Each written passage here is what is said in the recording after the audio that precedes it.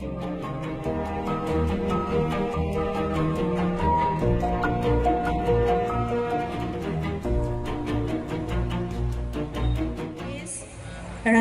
and Director State Lottery bu Pampham Langda Lengsin Birna Bugida Nolona Koksunzari. Matanga mo Koksunjigi Manipurgi Mamigi Taibangda Maming Lairaba Mingi Ahoba Matang Palapada Kanadaba Matalaitraba Adumlaba filmmaker Ama guest of Honorgi Pampham Langda Lengsin Binaba Koksunzari Sri K.I.S. Biswamitra Singh, filmmaker, Lengsin Birak Singh.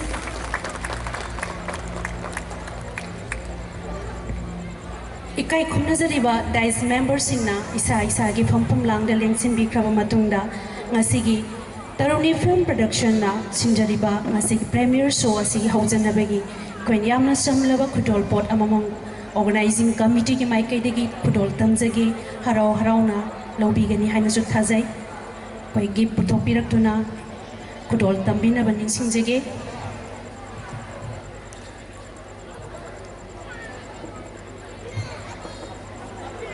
Taruni Film Production Team ge maikai degi Lengyan Amadi Bez Kudol Tamzari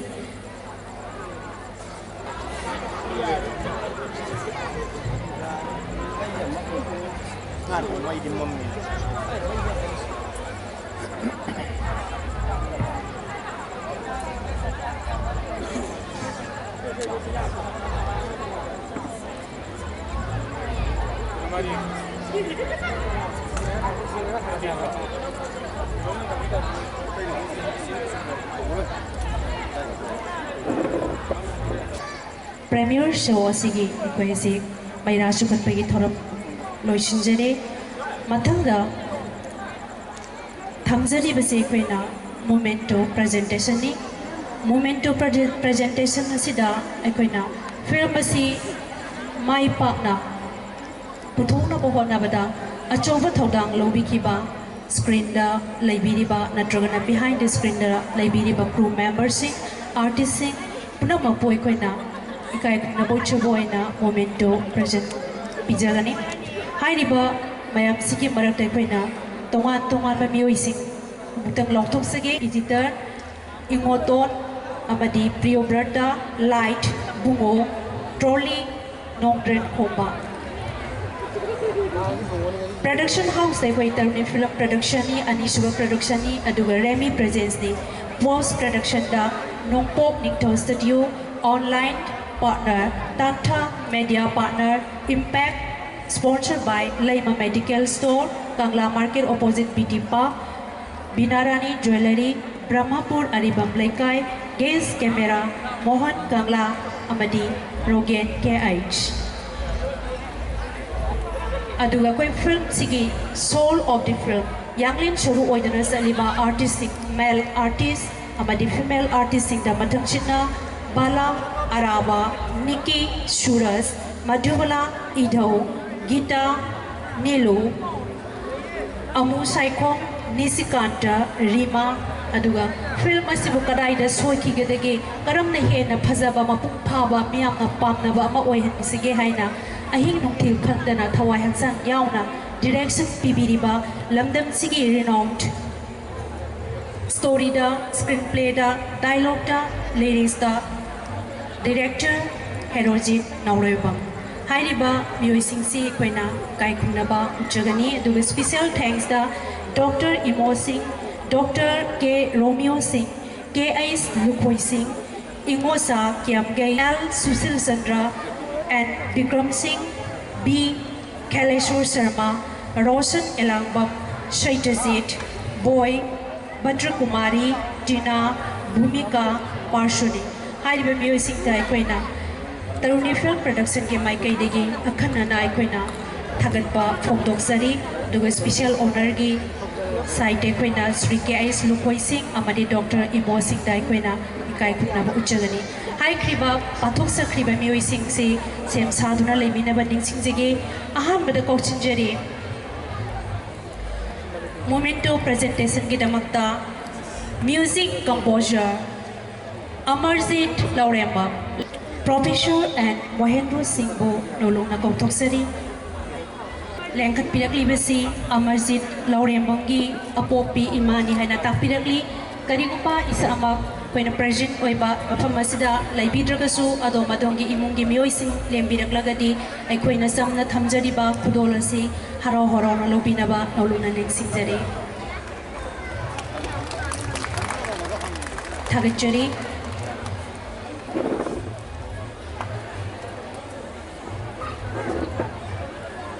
mathangda ima amtanga ngaibiko koi momento se amatang nate singer oina saisakpa music composer gi tonganba momento na ama oiraga su aikoina saisakpa gi ama oina ikai khumnabada amuka su yauri Amarjit Laurembam amadi Madhuri hai amuka na lengsin birakse aigi nausing momento putok birakse aduga aikoina kudol tamjaba matangda hanna kaubusu When sarak si aduki matik jihad kumsi kudola si amuka na pibina bagi damakda ngasigi President ki pampam langda lengsin biriba mingoy na panjurabada is Mongol Jaw Singh Chairman Film from Manipur bu nolung na koptok sagi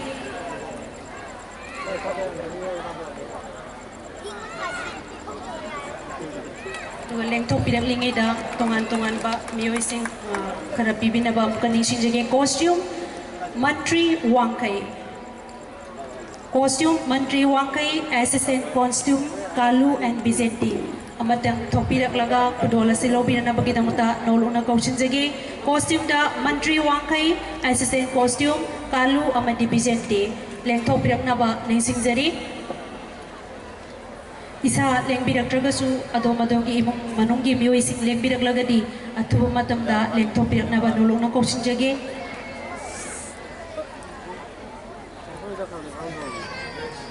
Laktre haina longzari matamda makeup ta kausinjare Nauton Longzam assistant makeup Tony Konthokjang lengsim piraksi makeup ta Nauton Longzam assistant makeup Tony Konthokjang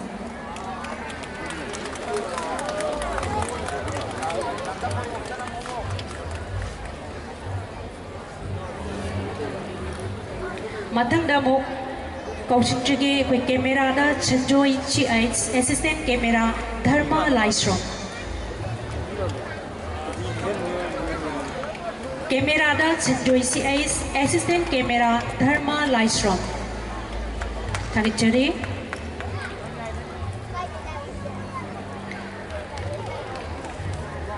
lengsin bisisa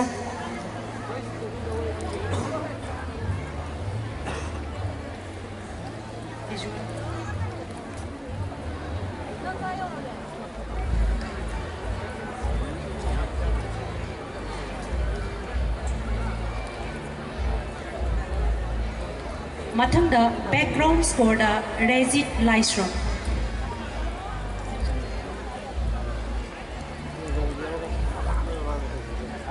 Mathang da mukau sinjari editor Bizu assistant editor Ingodon amadi Prioberta hainiba miyoi sing sigi maraktagi amatang lengtho pirak laga kudola silo birnaba nolona ning sinjari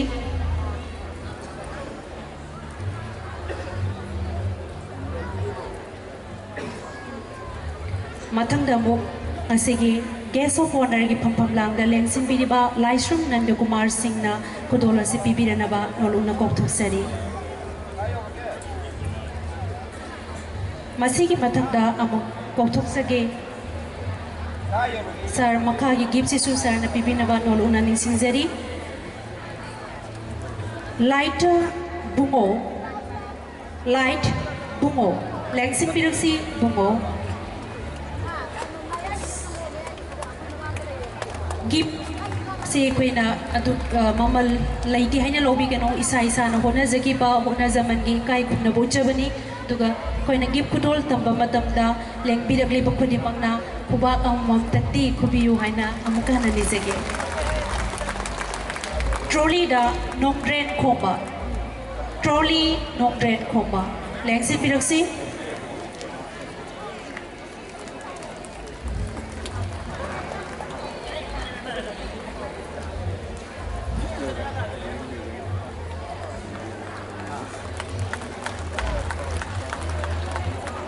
थागचरी sir फफम लांगदा अमुकाना लेंसिन बिगनी मथंगदा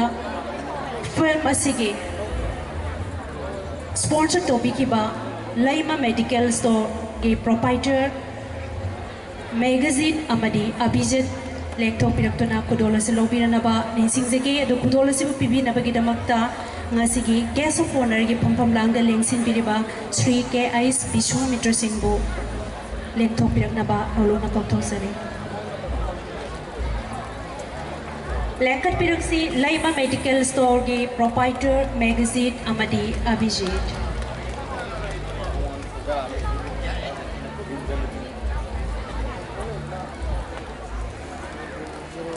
sir अमतंग पिबी नवनिंग सिंह मथंग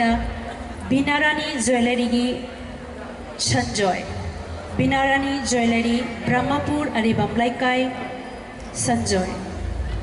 संजय लेखत पिरक्सी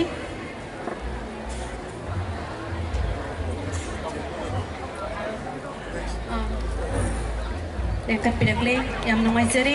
हौजी Binarani jewellery की संजय लेंसिन पिरकली अदुगो खुदोल से तंबिरी बना K.I.S. Vishwamitra Singh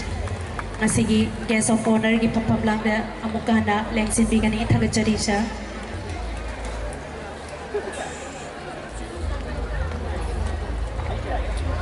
special honour की दमकता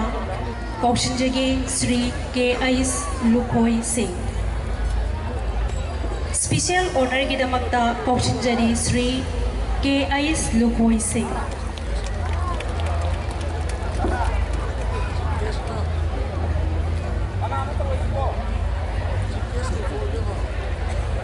हाइरिबा खुदोल से तंबिनबगिदमक्ता ngasiगी चीफ गेस्ट की फमफम लांगदा लेंसिन बिरिबा मिंगोइना पंजरबदा प्रोफेसर एंड मोहेंद्र बु कौथोसरे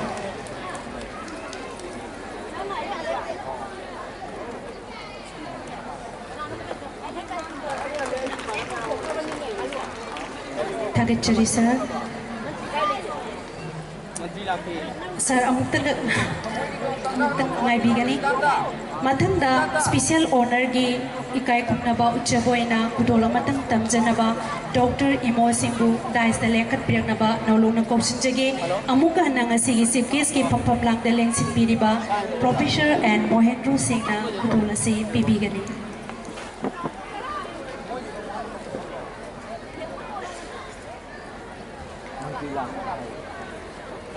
डॉक्टर इमो सिंह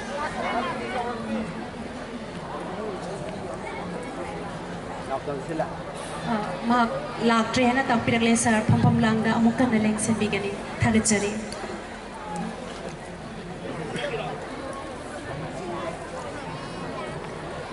ngasiगी तरुणी फिल्म प्रोडक्शन ना पुथोक सरिबा अनिरक सुबो इन पुदोल तमजरिबा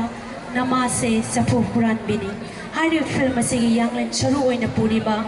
थवाई ओइना लैरिबा आर्टिस्ट सिंह अमुक्तंग कौथोक सनबगी तंजा दो लौजगे अहानबदा कौशंजरी लमदम सिगी सकनाई रबी फीमेल एक्टर बाला लेखत पिरक्सी बाला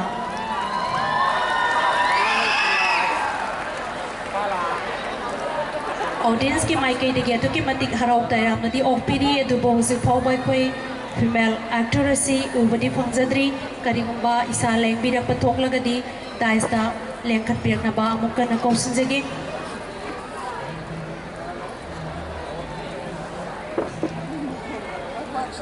नेक्स्ट ताई अमुक्तंग फगी मेल एक्टर सिंगी मरक्तगी लोकचगे अराबा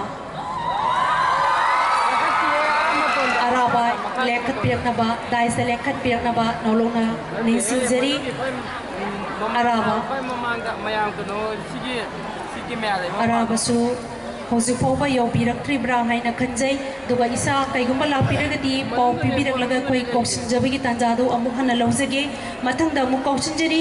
निकी फीमेल एक्टर निकी निकी सु हौजिक फावबा यौबिरक्त्रे हाइना ताकपिरकली मथंगदा अमुक male actor Suraj सूरजता खुदोलासी तंबिनबगिदमक्ता ngasiगे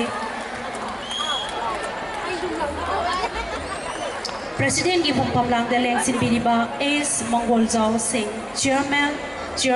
Film for Manipur Bu Noluna Kausin Jage.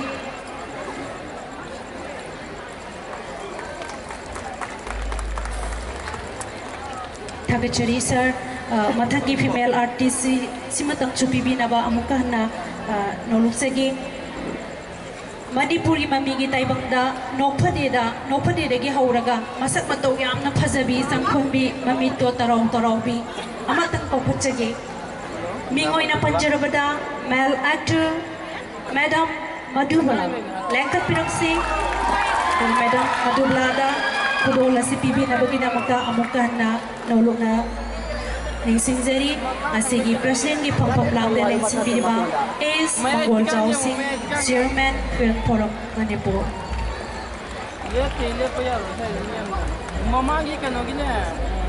Thagachari. Mathangda male artist khara senior oiraba comedian oibdasu adukimatik paksaba piriba role kudimakta chana chana na adumak mi ayeng bakayagi thamoy humba mamba adumba male actor ama hairagadi mingoi na panjarabada idho like pinsi idho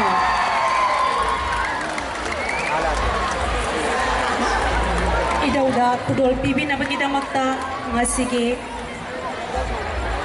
guest of honor gi Pampamlang the Leng Sinbiriba Laishram Nandakumar Singh, Joint Secretary Education as Olona Kotuksegi.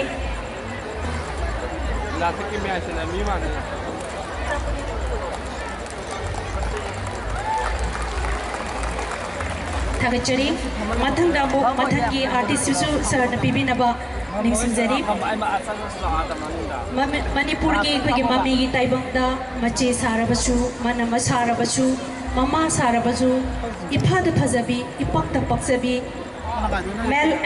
female actor Mahiragadi, Mingoina Panjarabada, Gita, Langsi Pirasi, Gita.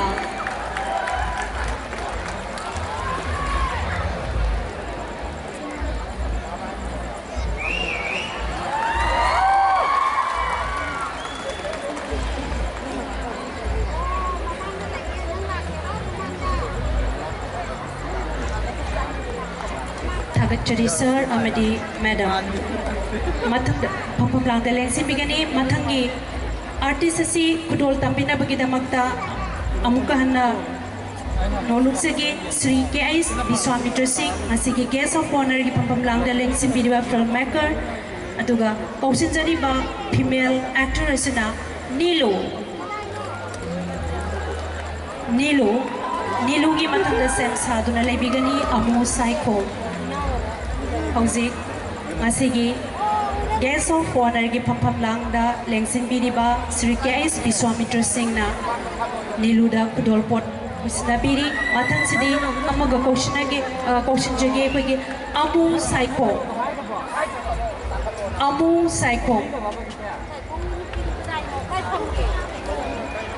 Saiko Masa Lekbidak Lagadi Amna Numaizagani Lengbidak Tragadi Makatana Matanga Mukoshinjagi Nisi Kanta Lankat Piraksi Mr. Nisi Kanta Filamasigi producer Su Oibiriba Nisi Kanta Masamangne Thagachari Mathangi artist sing asisu Loisilakle Amadi Kantang Aire Mathangda Mu Haidiba artist Kudol Pibi Nabagida Mata Asigi Sip Guest ki Pampamlang the Leng Sinbiriba Professor and Mohendrobo Amukahna Kautoksagi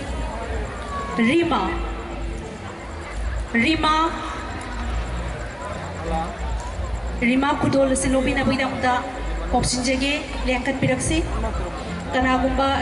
Mahaki Mari Mata Oirabasu Imanongi Mio Oirabasu Lembidak Lagadi Kudol Silobi Naba Nansinjare Laktrehna Lozare Mathanda Ngasigi film Namase Sapu Huran Bini Hari film Masigi Achoba Thodang Lodana Story da Screenplay da Dialogue da Lyrics da ꯈꯨꯗꯤꯡꯃꯛꯇ ꯈꯨꯠ ꯊꯥꯔꯤꯕ ꯉꯁꯤꯒꯤ director Herojit ꯅꯥꯎꯔꯣꯏꯕ ꯗꯥꯏꯁꯇ ꯂꯦꯡꯈꯠꯄꯤꯔꯛꯇꯨꯅ ꯑꯩꯈꯣꯏꯅ ꯆꯝꯅ ꯆꯤꯡꯖꯔꯤꯕ ꯈꯨꯗꯣꯜꯄꯣꯠ ꯑꯁꯤ ꯂꯧꯕꯤꯅꯕꯒꯤꯗꯃꯛꯇ ꯅꯣꯂꯨꯛꯅ ꯀꯥꯎꯁꯤꯟꯖꯔꯤ ꯑꯃꯗꯤ ꯈꯨꯗꯣꯜ ꯑꯁꯤ ꯉꯁꯤꯒꯤ chief ꯒꯦꯁꯅ ꯈꯨꯠꯁꯤꯟꯅꯕꯤꯒꯅꯤ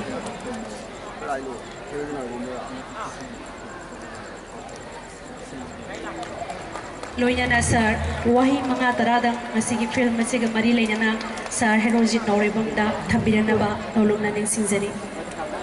ngasigi chief case phamphum langda mukana lingsin bigani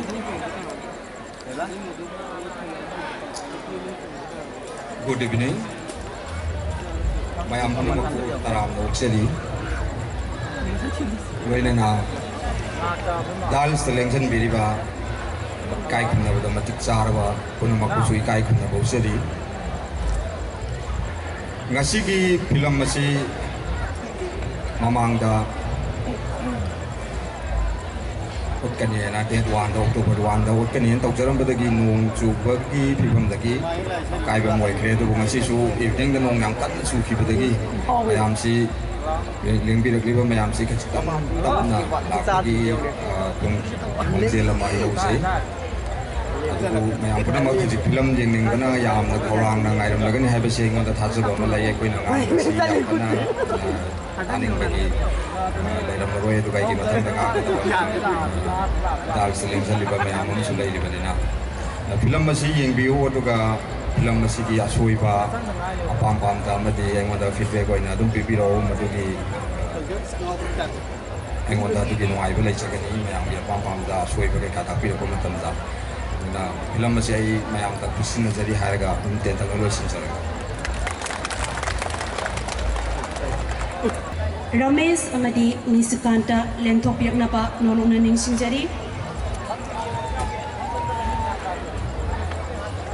lengsin birasi ngasigi film namase sapu huran bini hariba film asigi producer Ramesh amadi KIS Ketumayuk Nisikanta anina donation amal koi lobiri taramna opiri adu hariba donation se amuktang lauthok sa hoge kusina biro aduga hari achoba amount amani achoba contribution amani film se mai pak na puthokna bo na bada 20,000 sarbo thagachari amukana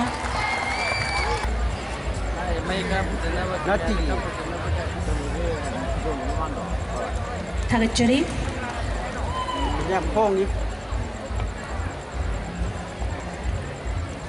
ꯑꯩꯈꯣꯏ ꯑꯁꯤ ꯈꯨꯗꯣꯜ ꯄꯤꯕꯒꯤ ꯇꯟꯖꯥꯁꯤ ꯂꯣꯏꯁꯤꯟꯖꯔꯤ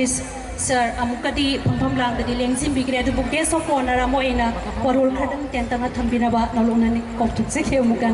ꯋꯥꯔꯧꯕꯤꯔꯨ A very good evening. mayam punamak khurumjari film gi premiere show numit yam nongai ba numit ni formal function di yaw da biya da bigi hawna bine ni yaw bani dice collecting moi biriba nasi gi kai khunajari bi chief guest president guest of honor kai khunda bochari lengbi rakli ba invitee sing artist sing sida gather to biriba punamak kai khunda bochari sangna matam lawjaroi Taruni Films ki ani super production Europa Manipuri cinema gi lai kolda achoba lai chalama yam nungai ba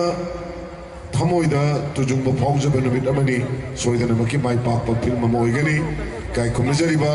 film sigi script writer screenplay write director agi now herojit yam nungsijabe now ni onabe yam kanjaba mahaki Bener simaki makhada mamanga mahakna yamna wano pona dano putoke be hi ai yamna choba hit boy ki film mani aduga hoji nasigi film si amok nasi miya mangda lantok kadore soidana maki nungai ba afa film mo oigani Manipuri cinema nasimak eko gi sar lokoi lengsin biliba yamna choba eko da puning thogat piba eko chawraba laman ton chinjari Taruni Films ke mohot chinjaraga ina sarbung ke litana mukan thaga jage yam chawna puning thogat pikre loina na ꯑꯩꯈꯣꯏꯅ ꯐꯤꯜꯝꯒꯤ ꯊꯧꯃꯤ ꯑꯃ ꯑꯣꯏꯅ ꯃꯅꯤꯄꯨꯔꯗ ꯃꯅꯤꯄꯨꯔꯤ ꯁꯤꯅꯦ policy ꯆꯠꯅꯗꯦ Manipur ꯁꯔꯀꯥꯔꯅ ꯃꯅꯤꯄꯨꯔꯤ ꯁꯤꯅꯦꯃꯥꯒꯤꯗꯃꯛꯇ ꯍꯧꯖꯤꯛ ꯍꯧꯖꯤꯛ ꯀꯔꯤꯝꯇ ꯇꯧꯕꯤꯗꯦ ꯆꯍꯤ ꯑꯃꯗ ꯑꯦꯋꯥꯔꯗ ꯈꯔ ꯈꯔ ꯂꯥꯎꯊꯣꯛꯄ ꯅꯠꯇꯅ ꯁꯤꯒꯤ ꯇꯟꯖꯥꯁꯤꯗ ꯌꯨꯝꯊꯣꯡ ꯈꯨꯗꯤꯡꯗ ꯑꯩꯈꯣꯏꯅ ꯆꯪꯗꯨꯅ ꯍꯥꯏꯖꯩ ꯅꯣꯟꯖꯩ ꯃꯤꯒꯤ ꯏꯃꯨꯡꯗ ꯁꯨꯇꯤꯡ ꯇꯧꯁꯜꯂꯤ ꯁ꯭ꯇꯨꯗꯤꯑꯣꯗ ꯅꯝꯒꯗꯕꯗꯨ ꯁ꯭ꯇꯨꯗꯤꯑꯣ ꯂꯩꯇꯕꯅꯤꯅ ꯃꯤꯒꯤ ꯏꯃꯨꯡ ꯇꯨꯝꯅ ꯍꯤꯞꯅꯒꯗꯕ ꯂꯥꯏ ꯙꯨꯞ ꯊꯥꯒꯗꯕ ꯃꯇꯝꯗ ꯖꯦꯅꯦꯔꯦꯇꯔ ꯉꯪꯁꯤꯜꯂꯒ ꯑꯩꯈꯣꯏ ꯐꯤꯂꯝ ꯅꯝꯃꯤ ꯄꯨꯝꯅꯃꯛꯅ ꯌꯥꯕꯤꯔꯤ ꯄꯨꯛꯅꯤꯡ ꯊꯧꯒꯠꯄꯤꯔꯤ ꯑꯩꯈꯣꯏꯒꯤ ꯊꯕꯛꯇ ꯑꯦꯟꯀꯔꯦꯖꯃꯦꯟ ꯄꯤꯕꯤ ꯃꯁꯤ ꯇꯁꯦꯡꯅ ꯌꯥꯝ ꯅꯨꯡꯉꯥꯏꯖꯕ ꯄꯣꯠ ꯑꯃꯅꯤ ꯃꯤꯌꯥꯝꯒꯤ ꯁꯄꯣꯔꯠ ꯑꯁꯤ ꯌꯥꯎꯗ꯭ꯔꯒꯗꯤ ꯃꯅꯤꯄꯨꯔꯤ ꯁꯤꯅꯦꯃꯥ ꯀꯩꯗꯧꯉꯩꯗꯁꯨ ꯃꯥꯏ ꯄꯥꯛꯄ ꯉꯝꯂꯣꯏ ꯅꯨꯡꯁꯤꯕꯤꯌꯨ ꯑꯁꯤꯒꯨꯝꯕ ꯇꯔꯨꯅꯤ ꯐꯤꯜꯝꯁꯀꯤ ꯑꯅꯤꯁꯨꯕ ꯐꯤल्म ꯑꯁꯦ ꯃꯤꯌꯥꯝꯅ ꯅꯨꯡꯉꯥꯏ ꯑꯐꯕ ꯐꯤꯜꯝꯅꯤ ꯍꯥꯏꯅ ꯄꯥꯎꯁꯤ ꯃꯊꯪ ꯁꯟꯗꯣꯛꯄꯤꯈꯣ ꯍꯥꯏꯅ ꯈꯨꯔꯨꯝꯖꯔꯤ ꯅꯣꯂꯣꯛꯆꯔꯤ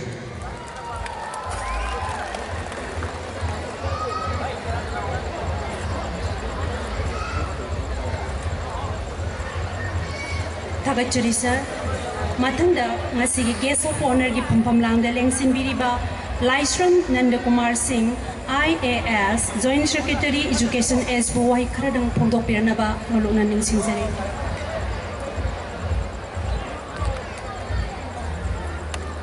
Taruni film ki premiere show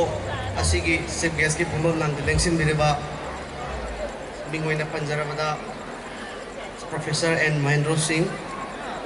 Amadi President ki phamam langte lengsin biriba mingwaina panjarabada S Mangal Jau Singh Amadi Chief Guest ki phamam langte lengsin biriba Amadi Guest Owner ki phamam langte lengsin biriba S Biswamitra Singh Thodoina ni kai kumnaraba VIP sibu aina ahan bumuktada kai kumna uchari loina na lengbiretli ba kai mayam bu aina ikongona purum baga loina ni kai kumna uchari Manipur da Sinam kiba film pung namak loina release tau kiba nate adubu aipagi taruni film na magi ani suba film asi yamna successfully release tau ngambi bagi da makta film na sida yauri ba artist cameraman scriptwriter director pung namak waina ahan makta da congratulate tau jari amadi manipur gi film gi laikol da hairi ba drama se sapubran bini hairi ba film asi yamna Matik magul laina laisat tambigani haibagi wisasi thamjaraga matang se tension jage thank you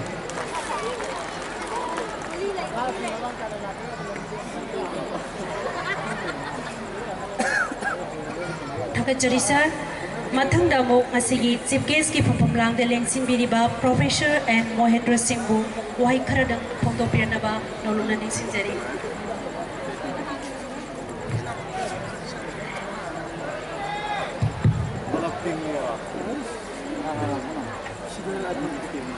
ꯑꯩꯈꯣꯏꯒꯤ ꯃꯔꯨꯞ ꯁ꯭ꯔꯤ ꯃꯥꯡꯒꯣꯜ ꯖꯥꯎ ꯉꯁꯤꯒꯤ film release ꯇꯧꯕꯁꯤꯒꯤ ꯄ꯭ꯔꯤꯁꯥꯏꯗ ꯇꯧꯕꯤꯔꯤꯕ ꯑꯗꯨꯒ ꯑꯩꯈꯣꯏꯒꯤ ꯃꯔꯨꯞ ꯁ꯭ꯔꯤ ꯅꯟꯗꯀꯨꯃꯥꯔ ꯑꯗꯨꯒ ꯑꯩꯈꯣꯏꯅ ꯌꯥꯝꯅ ꯏꯀꯥꯏ ꯈꯨꯝꯅꯖꯔꯤꯕ ꯐꯤꯂꯝꯒꯤ ꯋꯥꯔꯜꯗ ꯂꯩꯕ ꯕꯤꯁ꯭ꯋꯃꯤꯇ꯭ꯔ ꯂꯦꯡꯖꯦꯟꯕꯤꯔꯤꯕ ꯏꯆꯤꯜ ꯏꯅꯥꯎ ꯄꯨꯝꯅꯃꯛ ngasi je ne sum khan bada anova world ma manipur gi film industry da anova world ma create to chapter mane na pawi akoi gi chanu para besi is very hard working yamna koi gi amarom da haraga no ma yam kan ba han banai da ba du ba ni pam cha mane na ma ki Taruni film production sida ani jupoi na puthoi si tenbiri ba mayam sina urli madudi it is going to be a glorious success achoga success ma oire na ine phauche aina film yawi ribu singda wai ani kaktang ai thamjage ai khoina film si tobo matam da ai gi cultural roots se आगे culture की root से अपन मधु cultural root है को आगे हौरक fungi singly नाउरी आगे identity आगे culture से मसीदे मांगन begin को if you disown your culture you are a slave है बबले नंग नंगी culture to disown तो वो मतलब दा नंग सी मिनाई हुए रहे ने मरे मधुना I personally feel that artist ma'am Suju highly educated Yana background याम फबा कांपुनी मरा बदना आई कोई की वो culture से मतौ तंबा याय मिंगों दगी पूर्व से याय कई को बस कोई की वो रिबा culture दो मधु दती मांगन बेगन होगा मधु ननी ngase koi manipur le riba mayam sina prithvi punamuk sina koi bu ବ୍ୟବହାର to biri sibo mara maduna maduma yamna maru ere khali akoi na sum ujaba matam da any profession amada how by na phau se mase matam yam koi na change yamna thuna phau ba pambiru kanu ko yamna tapna phau ra gane soida bado madu woi biu akoi gi londa haragana yamna thuna phau ba pambasi kangul da mapan sa pa ina koi ala mansina hairam aduna koi artist sina film sidai da kumbira kumatam da shukshu shoidana kawbiro da base ma ku takpir pa guru do ma ku tambir pa guru do ma ki pamir mai pahan pa guru do madu dedi kawbi gano maduna ama oiraga adom na zero ama hapse laga tara oira panega guru duna ama oiraga adona zero ama hapse laga chama oira panega guru duna ama oira oirka da adona ama hapse laga lising ama oira panega mara maduna guru se lai bi ganu ko ai koi ge manipur de sum na koi ne yeng matam da phil atai da guru se sum mang hi badong to aduna sum chokala ko matam da bharat ki khetra da prithvi ki khetra da world ki competition da india ki competition da koi se he hando re maram di ai koi ne guru se he lai thore aduna aina ani sidang ni aina maru oi ba hajen ni se ahom shuba ama kana thabak to ba punamakta artist wages anu and sportsman wages anu anybody wages anu badu ke professional discipline ai ba malay makti masidagi henbi ate madi sumain tawi ai ba professional gi chap chaba discipline do madu ngak da to biyo ai koi gi sina kona sum ujaba matam da professional discipline se he chawra ka da kai rak ko do no uye adu orgadi ai atopa jati mana adombu respect to si wal kane aduna ina personally I feel I also congratulate aina tarun film production bu yam kana thaga chari adu loina na ai gi chanupa ramesh busu thaga chari I hope this film is going to be a wonderful film. Thank you very, very much.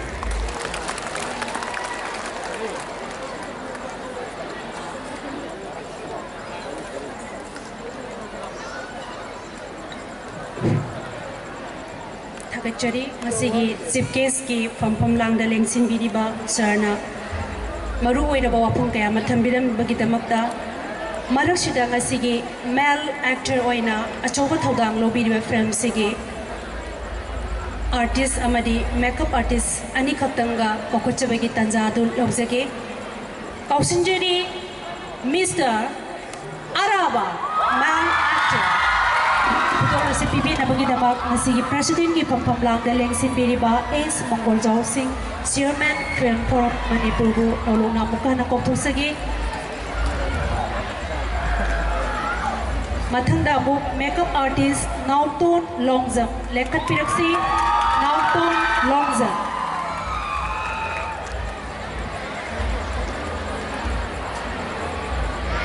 Nauton Longzam da ikoi kudolasi sinarabagi matungda president gi warol karan thambiranaba asigi Tais ki president oina lengsi piriba mingoina panjurabada is Mongol Jaw Singh amukana kausinjari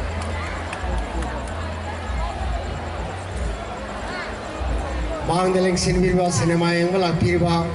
abi babok singbo ahan badai ni kai kumna bucheri loine nanga sigi premier show sigi damakta formal function gi chief guest oinaling sinbirba ali bungo busu kai kumna bucheri aduga ngasigi guest opener oina leng sinbirba ai marup ani busu kai kumna bucheri yam nuai ai di numit khudingi premier show tori khudingi Pisai tahu tu na dum lagi ni na toy ni yang mesti aibu ubada kalau makan tu kalau mai ada tu na wangang jalan roy, ada. Air thok seri jadi wangang betul apa nasi deh. ngasi nong singi phibam phatra basu manipuri cinema bu yokhat bigane haidana thawai hapani haidana mang de lengsin birba matam kai thukre lak birba mayam se film forum manipur gi chairman amoina aigi maike di thagat chaningdana ai thoksarak pani adana lengsin birba khwai tarana matam supada suba thawai hapiri ba makai di manipuri cinema na kai do mai da siroi matam supada thawai hapi wai bo pam thamjarga tension jari thank you all Thagachari sir, amadi ngasigi formal function asigi loisilakpagi tanjado laglabda board of thanks pipirana bagidamba ngasigi film asigi producer oibiriba Katri Mayum Nisikanta nolona kausinjagi board of thanks pipirana bagidamba lengsin biraksi. Good evening everybody. Nung singi film phatta basida isagi thakale. Ano maktada guys ki phamam lang de phamaji ga President Chief Guest amadi Guest of Honor bu ikonona kurumjari amadi donor ki invitees ki amadi light sound punna makku subna lakpi bagi damakta ikonona kurumjari attention jare ke nong singi film jiam phatte Thagachari Nisikanta Hausi koi board of thanks people loirabanina ngasigi formal function asi matang asida loichinjari Dice members in isa isa gi pampam langda mukana lengsin biraga ikoi uchaga doriba film asi miyeng tabinaba nolona nengsing jegi ngasi ikoi na kudol tamjakriba male artist sing male actor amadi female actor sing na kari kari film sera role lauriba kadai phawa makoina film asi pukhat pada mating pangliba kari mahon film asna piriba karamba mamana karamba safunu buraliba miyeng taminasi kudol tamjari